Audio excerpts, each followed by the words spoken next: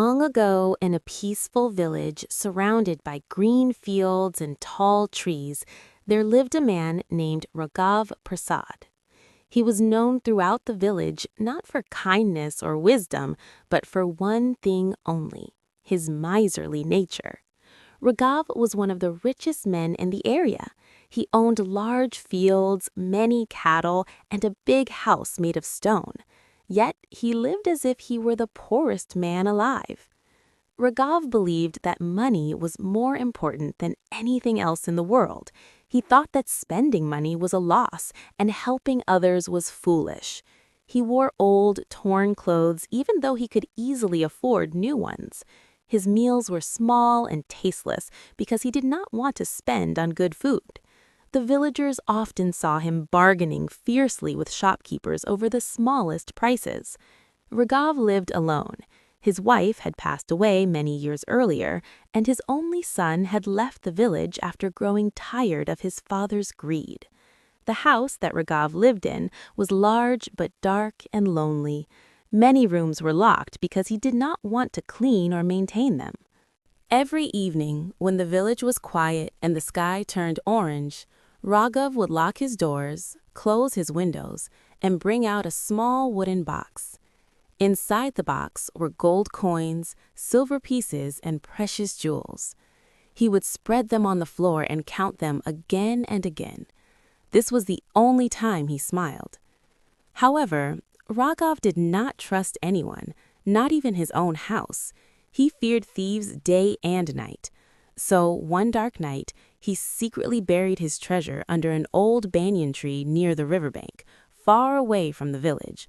Only he knew the exact spot. From that day on, Raghav visited the tree every morning and every evening. He would pretend to take a walk, but in reality, he was checking whether his treasure was safe. This strange habit did not go unnoticed. The thief's observation. Among the villagers was a clever but dishonest man named Mohan. He earned his living by stealing, but he was patient and observant. For many days, Mohan noticed Raghav's strange behavior. Every morning and every evening without fail, the old miser walked to the banyan tree near the river, stayed there for a few moments, and then returned home. Mohan found this suspicious. One does not visit the same tree twice a day for no reason, he thought. So one evening, Mohan decided to follow Raghav secretly. He hid behind bushes and rocks as Raghav approached the banyan tree. Mohan watched carefully as Raghav looked around nervously, dug a small hole, uncovered a wooden box, opened it briefly, and then buried it again. Mohan's eyes widened with excitement. "So that's where the treasure is hidden," he whispered. That very night, when the village was asleep and the moon was hidden behind clouds, Mohan quietly went to the banyan tree. He dug at the exact spot he had memorized. Soon his shovel hit the wooden box. Inside were gold coins, silver, and jewels, more wealth than Mohan had ever seen. Without wasting time, he took everything and disappeared into the darkness.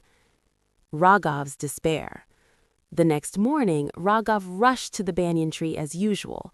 His hands trembled as he dug the earth, but when he opened the box, it was empty.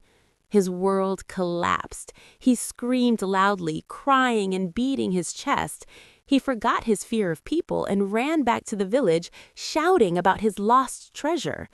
A few villagers gathered around him, surprised to see the usually silent miser in such pain. "What happened, Raghav?" one of them asked.